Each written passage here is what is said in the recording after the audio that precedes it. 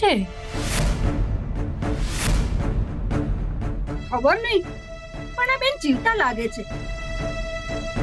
આ જુઓ એમનો હાથ, લાગે છે એમનામાં હજુ પ્રાણ છે. પણ આ બેન છે કોણ? ચહેરા પરથી તો કોઈ સારા ઘરના વ્યક્તિ લાગે છે. એમના ચહેરા પર તેજ અને ચમક છે. આપણે એમની મદદ કરવી જોઈએ.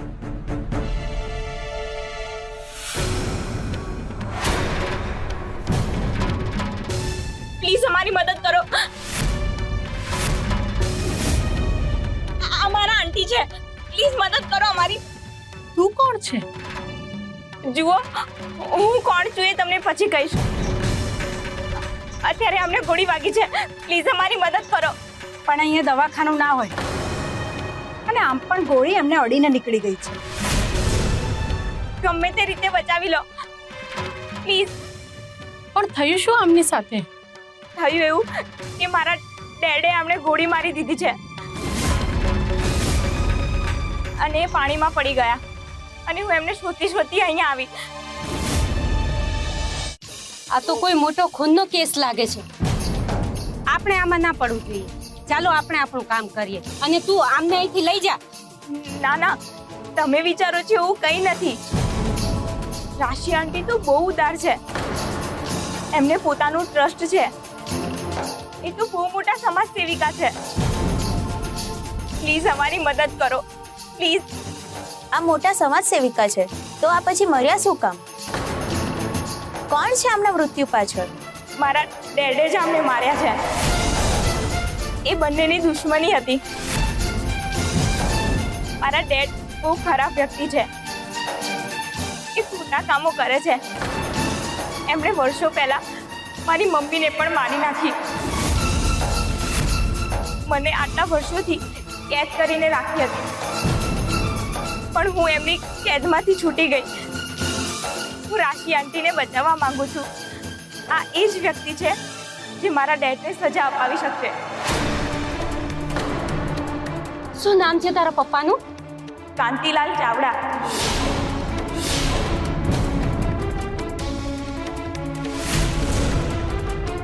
કાંતિલાલ ચાવડા?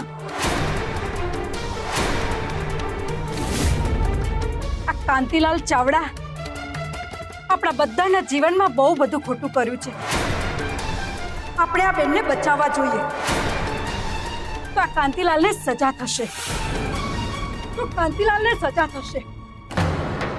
હા ચલો, આપણે એમને આપણા ઘરે લઈ જઈએ. હા ચલો ચલો.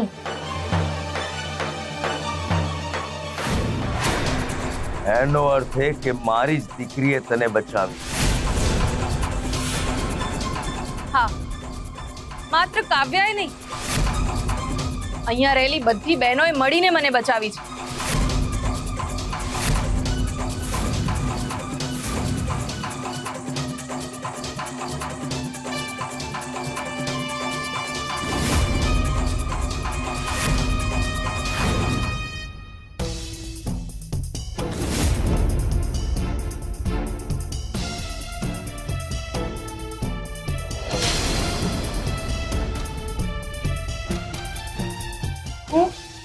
અહીંયા આ હાલતમાં? રાશિ આંટી, તમે આરામ કરો.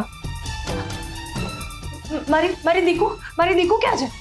શુભાંશી ઘરે છે. મારે મારી દીકરી પાસે જવું છે. હા આંટી, પણ અત્યારે તમે આરામ કરો. તમને ગોળી વાગી છે. હા, ગોળી?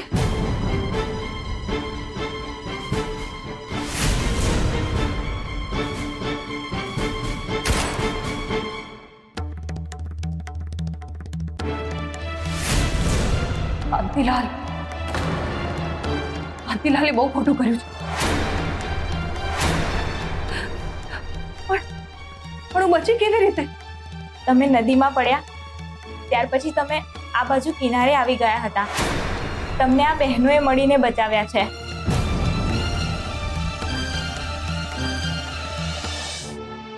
તમારા બધાનો ખૂબ ખૂબ આભાર. અરે સાચો આભાર તો તમે ભગવાનનો માનો. બાકી ગોળી વાગ્યા પછી નદીમાં ડૂબી ગયા તો પણ તમારો જીવ બચી ગયો. આની પાછળ જરૂર કઈ સંકેત હશે. એ કાંતિલાલે તો વર્ષો પહેલા અમારી સાથે પણ બહુ ખોટું કર્યું છે. અને એટલું ખોટું કે એની સજા અમે અત્યાર સુધી ભોગવી રહ્યા છીએ. તમારી સાથે પણ ખોટું કર્યું છે એટલે શું કર્યું છે કાંતિલાલે તમારી સાથે? વર્ષો પહેલા એક અહીંયા દારૂનો અડ્ડો હતો. ત્યાં ઘણા બધા ગેરકાયદેસર કામ થતા હતા. મારો પતિ ત્યાં કામે જતું જેનાથી રૂપિયા આવી શકે, પણ કાંતિલાલે મારા પતિને દારૂને રવાડે ચડાવી દીધો. વિદેશ લઈ જવાના સપના બતાવ્યા, એટલે એ વધારે ને વધારે ખોટા કામ કરતો ગયો. મારા પતિ આ બધા ખોટા કામના લીધે જેલમાં જતો રહ્યો. પૈસાના દમ પર કાંતિલાલ તો છૂટી ગયો, પણ મારું પતિનું જીવન બગડી ગયું અને મારી તો આખી જિંદગી બગડી ગઈ. તમે ચિંતા ના કરતા, તમારા પતિને જેલમાંથી હું છોડાવીશ. અને એમ પણ માણસને એક ભૂલ સુધારવાનો મોકો તો મળવો જ જોઈએ. પણ મારા પતિને એ મોકો ક્યારેય ન મળ્યો.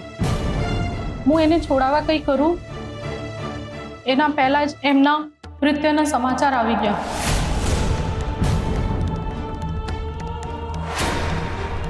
મારો દીકરો પણ કાંતિલાલના કારણે મર્યો છે.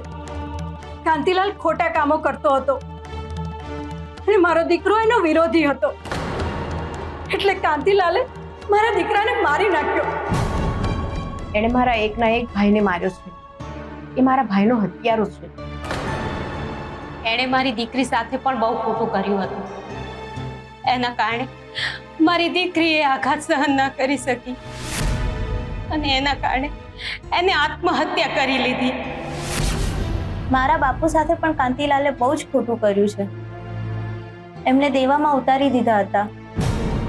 એના દબાણના કારણે મારા બાપુ એક દિવસ ઘરેથી નીકળી ગયા હતા, તો ક્યારે પાછા આવ્યા જ નહીં.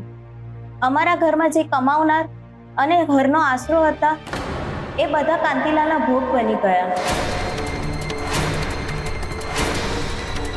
એટલે કાંતિલાલ એવો ગુંડો છે જેણે બધાના જીવનમાં કંઈક ને કંઈક ખોટું તો કર્યું જ છે. એટલે ભૂલથી પણ એની સાથે બદલો લેવાનું ના ભૂલો. હા, એણે બધાના જીવનમાં કંઈક ને કંઈક તો ખોટું કર્યું જ. એટલે કાંતિલાલ સાથે અમારે પણ બદલો તો લેવો જ. પણ કેવી રીતે?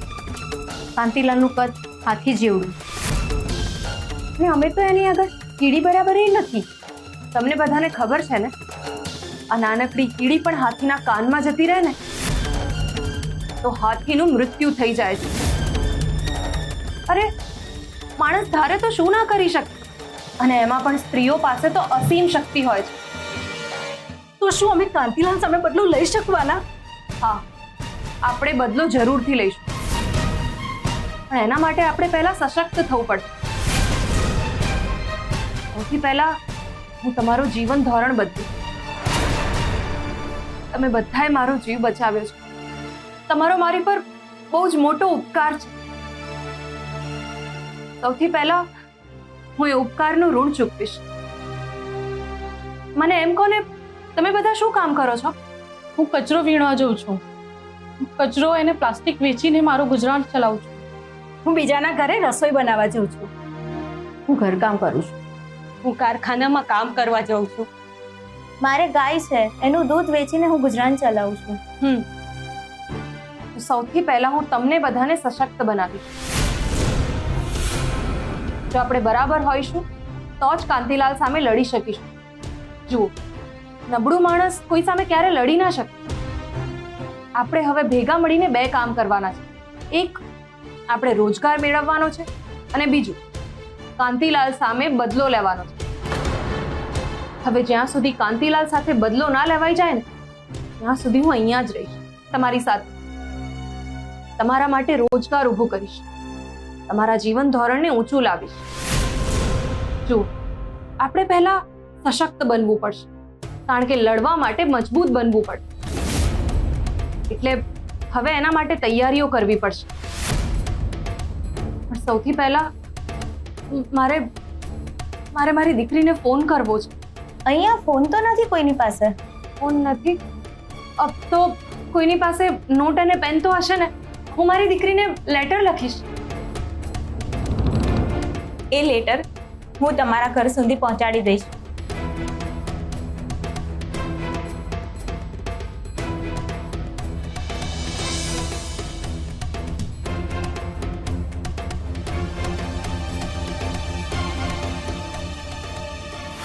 એટલે આ બધા લોકોને પણ લડવા માટે તે જ તૈયાર કર્યા છે એમ ને? હા, કારણ કે સાચો હીરો તો એ જ છે જે એની આજુબાજુમાં રહેલા દરેક વ્યક્તિને હીરો બનાવે, એનામાં રહેલી હિંમત અને આવડતને બહાર લાવે.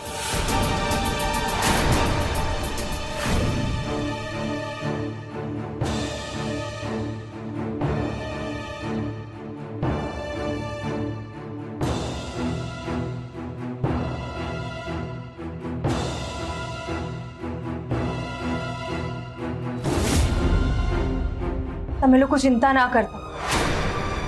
તમે આજે આ બધું આપી રહ્યા છો ને, બહુ જલ્દી તમને આ બધું પાછું મળી જશે. આજે તમે આ બધું વેચી રહ્યા છો, થોડાક જ સમયમાં આ બધું 4 ગણું થઈને તમને પાછું મળશે.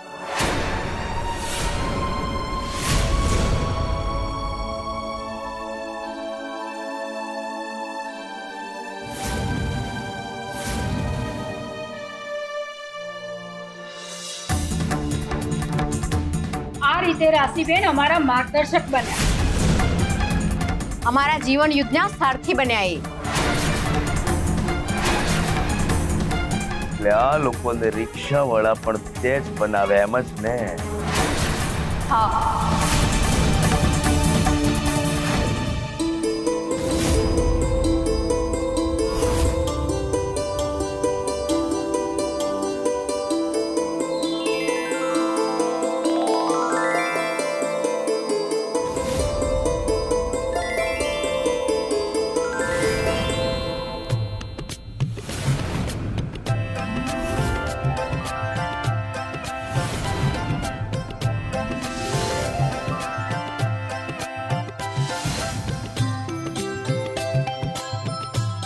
અમારા માટે પણ આ અમે કેવી રીતે ચલાવી શકીશું? આ તો અમને ના ફાવે. તમે લોકો ચિંતા ના કરશો, હું છું ને, હું તમને શીખવાડીશ. ચાલો.